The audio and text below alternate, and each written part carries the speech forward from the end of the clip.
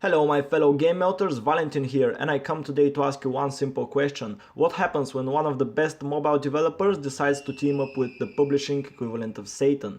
Luckily, you won't need to put your brains to work in order to answer this one, as it has already happened. Badland 2, a sequel that I have been eagerly waiting for, was recently released, making me as happy as I can be. At least until I saw Cheetah Mobile's logo on the game icon and my heart stopped. For those of you who don't know, Cheetah Mobile is a company that has been associated with numerous scandals in the past. Probably the best example of this company's brand image right now is the fact that when you type Cheetah Mobile into Google, one of the top suggested searches is Cheetah Mobile Shady.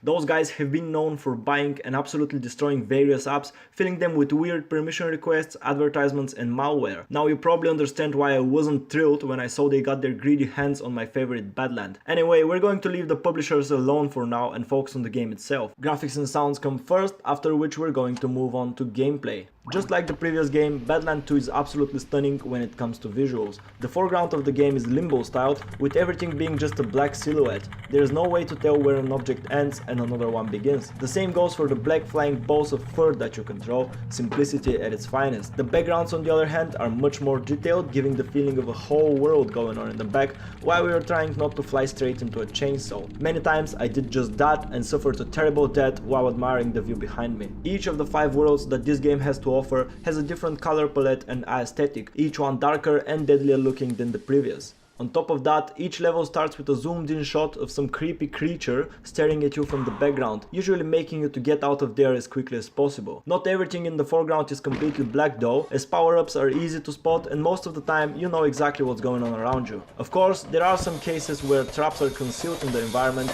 and you either have the reflexes of a fly or the longevity of one. Different deadly weapons like lasers and lava fountains have awesome vibrant colors contrasting with the dark environment, making for a very nice overall picture. Sounds and music are up next and they only improve the package.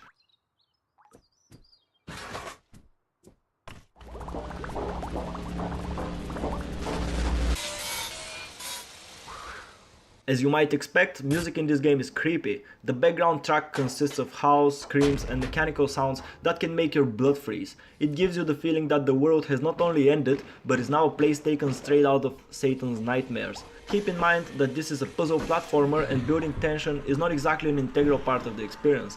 Only that it is here. Quite often you will be fully absorbed by some of the harder levels just to hear some terrifying sound in the background, forcing you to rush just a little bit and ultimately fail. Different sound effects are all very clear and easy to differentiate. Since most of the world seems to be made of metal and you will be bumping into a lot of things, Badland 2 sometimes sound like someone got a big metal pot and started hitting it with an oversized wooden spoon. These cacophony bursts manage to somehow fit into the overall audio and make the whole place sound chaotic and just a little bit alive. Overall, in terms of music and sounds, Badland 2 does a great job and is definitely one of the games that you need to play with headphones on for the full experience. It is now time for the most important part of this video, my divine and fair judgment of the gameplay and its qualities. Playing this game feels like Flappy Bird somehow ended up in the world of Limbo. Controls are super simple. You tap the screen to make the weird creature you control fly. Unlike the original Badland, however, this game is two-handed. You can tap either the left or right side of the screen to make your bird-like abomination move in the respective direction. Probably the biggest innovation that the Badland series brought to this genre was the handling of a swarm of units. This is not exactly unique to these games, but the way they managed to do it is by far the best I've seen. Many times you need to control more than one bird at a time, with the numbers getting over 20 sometimes. As you might imagine, a swarm is much harder to manage and losing a few of your clones is something you will get used to. In fact, you will quickly get in the mindset that survival of the swarm is much more important than survival of the individual, something that the almighty Zergs have been trying to teach us for decades. In order to progress through the levels and get to the end, you will need to collect various power-ups.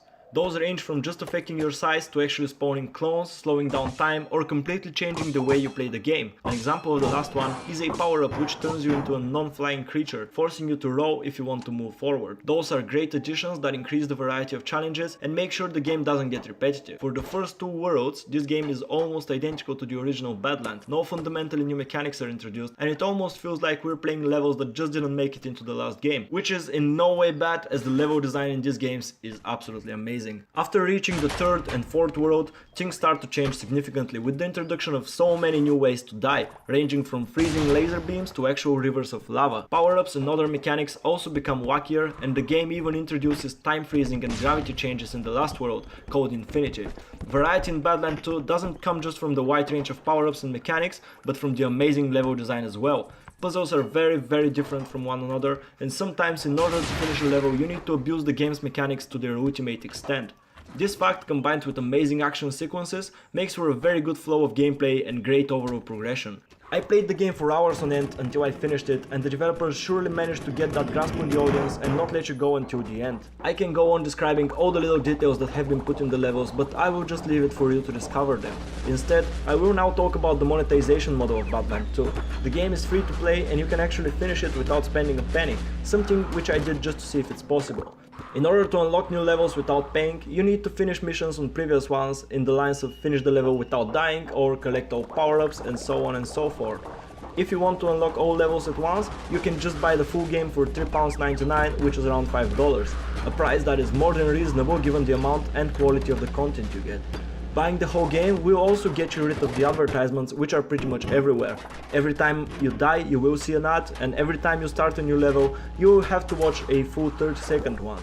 The other in-app purchase available is in the form of super dashes, which basically fast forward you to the next checkpoint. Those are priced at 79 pence for 5 of them, but for me there's just no point in ruining the experience for yourself.